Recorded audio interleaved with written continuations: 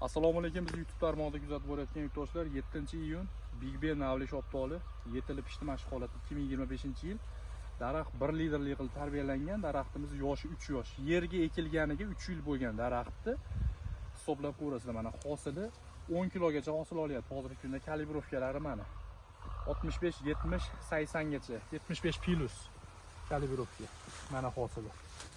Rosa qorayib, ezilib, hozir terim jarayoni bo'lyapti. To'rga 1 metr sxemada ekilgan bu. Hammasiga bir xilda hosil.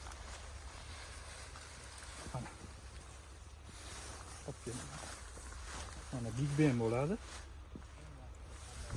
Buni ko'chatlarini boqqimoqchi bo'lganlar Agrosat profilidan xarid qilishlari mumkin. O'zimiz borib xuddi shu tarzda boqqa berish xizmatlari bizda mavjud. Pastdagi nomerlarga aloqaga chiqib ko'rasizlar o'zimizga. O'zimiz borib ekib, mevaga kirgizib, kattaroq gektarda bog'laring, yerlaring bo'ladigan bo'lsa, ham yo'q garantiyalarni qilib, mevaga kirgizib berishi bilan gaplashib, shartnoma asosida ham ish qilamiz. Aloqaga chiqib ko'rasizlar o'zimizga. Mana Shoptoli holati.